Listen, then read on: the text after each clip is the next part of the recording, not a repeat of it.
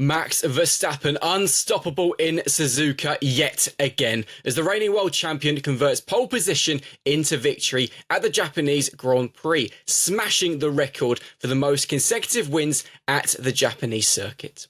From Racing News 365, my name is Nick Golding, and I'm delighted to be joined, as always, by lead editor Ian Parks. Ian, what on earth do we use to describe that race? I feel guilty for having called So the you should. Chinese Grand Prix boring Yeah. now, because I feel like that was now out of order. Because I And so mean, you should. thank you very much. Because that wasn't exactly a thriller. If we're being completely honest, we all thought there was going to be this rain, which there was during the morning. But by the time the race came, it never really materialised. It was a drier race, a one stop for pretty much everyone. Max Verstappen, as I said there, unstoppable, converts pole into victory, and Yeah. 1 point behind Lando. That's the title fight alive. It is very much so now. I think it's fair to describe that, Nick, as a race for the purist. Yes. That's for the real die-hard F1 fan who just loves seeing F1 cars on Yeah. a racetrack, in all fairness, because, it failed to deliver on many levels. We know Suzuka has given us some historic moments over the years with the Japanese Grand Prix. Unfortunately, this is one of those weekends that will not live too long in the memory, other than that great Max Verstappen pole lap, which of course was superb, which, in all honesty, has really netted him that rod victory because Yeah. with a clean start off the line, managing to keep Lando Norris at bay, yes, it was a tough race to the finish. It was Winstead made those pit stops at the end of lap 21. Lando and Max pitting at exactly the same time. As Christian Horner put it, it was flat out to the flag. There was no tyre saving. There was, nothing to really spur the senses other than kind of hoping that something would materialize. We thought we were going to get it very late on. The McLaren duo of Lando and Oscar Piastri slowly looking as if they were reeling in Max, but Max was told to give it everything that it got. And that's exactly what it did. And in the end, yes, 1.5 seconds doesn't look too comfortable, but that was as comfortable as probably Max Verstappen is going to get, in all honesty, for a Grand Prix victory. Yes, still difficult in many respects because he had to keep the hammer down, he had to stay focused, he had to be, and I'll use Christian Horner's phrase here, inch perfect. And that's exactly what he was throughout the course of those 53 laps. And again, use another of Christian Horner's phrases post Grand Prix, bearing in mind what Red Bull had gone through over the course of the weekend, in a difficult spot post practice on Friday, turned the car upside down for qualifying, netted Max that pole position, and Christian described Max as the team's Mr. Motivator for that weekend, bearing in mind he'd knuckled his way down with the Yeah. race engineers to get to the bottom of that car and really give him a car that he A could qualify in and B was able now also to deliver a really good race performance in as well. So superb performance all round from Red Bull, from Max Verstappen over the course of that 2 days for the most part, Saturday and Sunday, ignoring Friday, but for the most part, the Japanese Grand Prix weekend.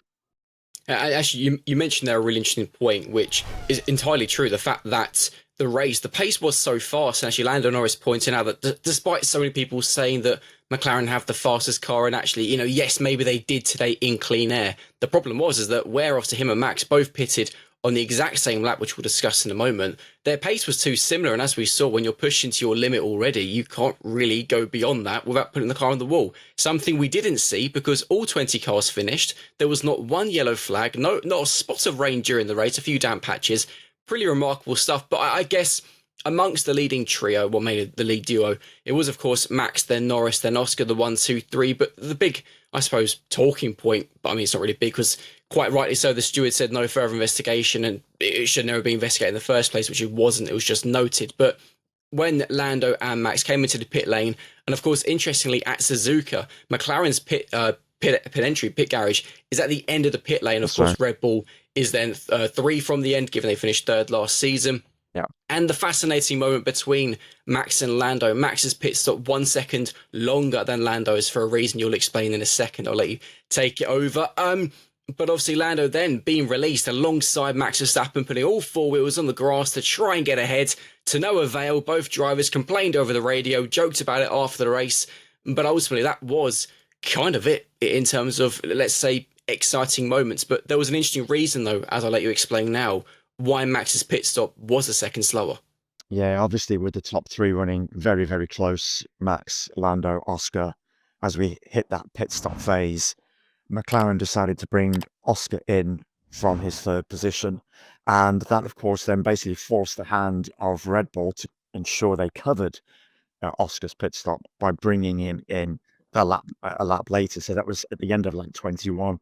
Lando pitted at the exact same time, excuse me. Lando pitted at the exact same time.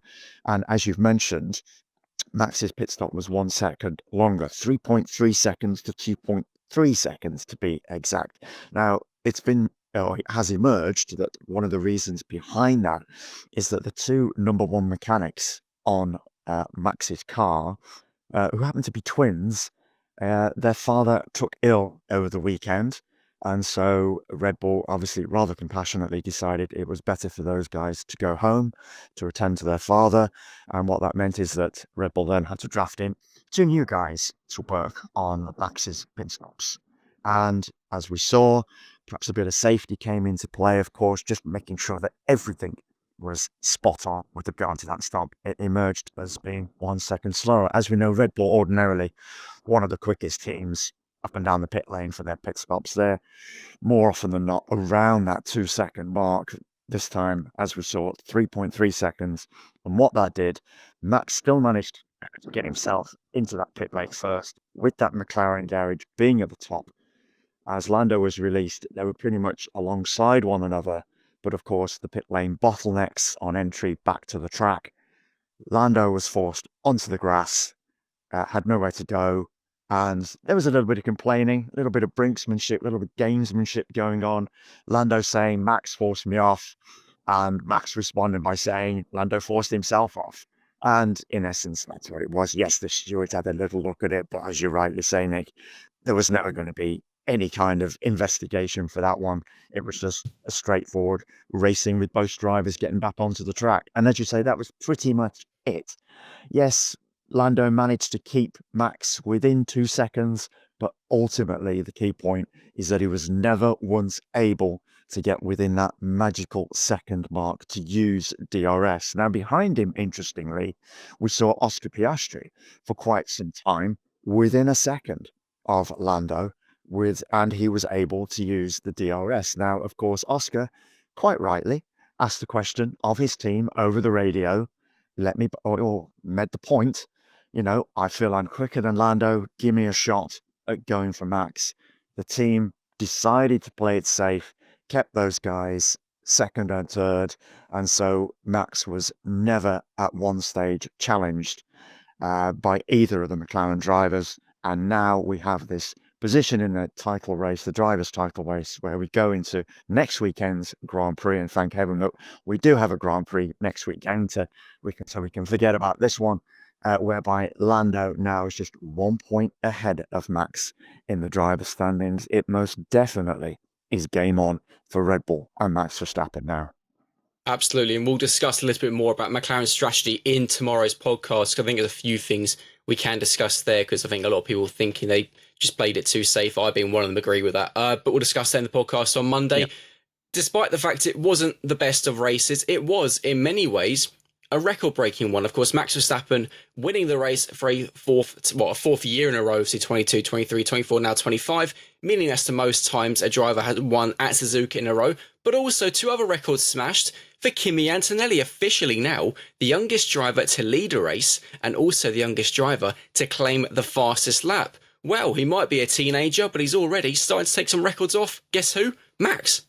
Yep, not everything went Max Verstappen's way, but I can imagine that Max is not he doesn't care. too concerned about these 2 records falling the way of one of his F1 rivals. Yeah, Kimi Antonelli, just a solid performance all round. Great drive. He made those medium tyres last for 30 laps, which was quite a staggering feat, bearing in mind everybody else had pitted in the late teens, low 20s to switch from the medium Yeah. to the hard tyre, because this was, at the end of the day, another reason why the race wasn't that great in terms of the fact that it was only a one-stop race. But yes, Kimi Antonelli, great performance, great drive, as you say, youngest driver to lead a Grand Prix, which he did so for around 10 laps. And then, of course, in one stage, he held the fastest lap. Then Carlos Sainz, who'd fitted on soft tyres at his pit stop, managed to take it back. But somehow, later in the race, on those hard tyres, we saw Kimi produce a great lap. And yeah, he managed to steal it back. And now, as we've seen, he's got that fastest lap in F1 history for about the youngest driver, should we say, sorry, Yeah. to get the fastest lap. So yes, a great performance by him, and you know, a solid weekend. He's making great strides, race by race. Is young Kimi. He's really proving himself so far to be a good asset for Formula One. He is. Now, to very quickly run through the top 10, which, I mean, there's not a huge amount of point, because apart from Lewis Hamilton overtaking Isaac Hadjar, the top 10 is the exact same that it started from. Max Verstappen claimed the victory ahead of Lando Norris and Oscar Piastri, Charles Leclerc in 4th, George Russell 5th, Kimi Antonelli 6th, Hamilton 7th, Isaac Hadjar in 8th, Alex Albon 9th, and Oliver Behrman P10. Final talking point, Ian. You can tell it's been a bit of a dire one for us to have to watch, as is the case for all the fans. We're going to discuss a fine, something we very, very rarely have to do, but desperate times call for desperate measures. Carlos Sainz, though, was clearly maybe a little bit unwell today, was fined €20,000, 10,000 of which has been suspended for not being in his position for the national anthem at the start of the race on time. It's obviously been revealed as well by the race stewards in their report that it was due to a stomach issue for Carlos, meaning it would have normally been a €60,000 fine for not being in position for the start of the national anthem. Crazy figures. What's also crazy, though, and I think this maybe shows how important is the national anthem is to the sport, that, as I mentioned, the normal fine for not being in position at the start of the anthem is 60,000. Carlos has only got a 20,000 fine, 10,000 suspended for 12 months unless he breaches it again. He also sped in the pit lane on Friday by 13.7 kilometers an hour, Which is and he got quite a margin. which is quite a bit. And Williams only got a €1,000 fine. From 20,000 for having an upset stomach and missing the start of the anthem to speeding by quite a big margin and getting only a €1,000 fine. That's quite a big, but I think a bit baffling difference.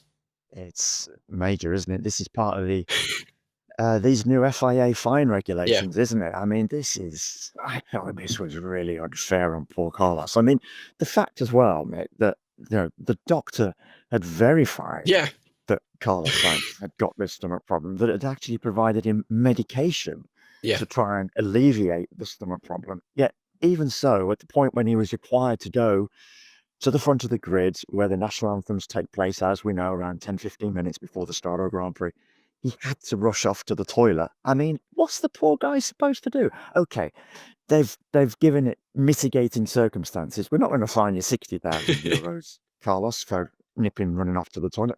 We'll make it €10,000. That's one expensive trip to the toilet for poor old Carlos Sainz. I just think that is way over the top. I just think, come on, be fair with this one, FIA.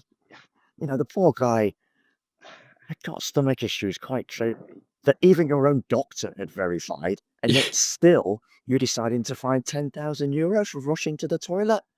What's the world coming to in F1 these days? What a way on which to end this update, Nick, that's for sure. Well, I mean, what would have been worse? I mean, him not getting the fine, but doing it during the national anthem while standing there. I think if I was Carlos, he probably made the right decision. I think him and the team can probably afford the fine just about. Ian, amazing stuff. Well, I know. Ian, Ian, amazing stuff as always. And to all our viewers, thank you for bearing with us this weekend. We've both been on the earlies. It has been a long one, given some of the lack of action, but at least we got a remarkable pole lap by Max Verstappen, which we will probably remember this weekend by. If you have enjoyed this video, be sure to smash that like button, subscribe to the Racing News 365 channel, and join Ian and myself and Sam, absolutely Coop, for the podcast on Monday. Let us know your thoughts on the race below in the comments. See you later. Just to let you know, folks, I'll be in Bahrain for the Grand Prix next weekend and Saudi Arabia as well. So take care until then.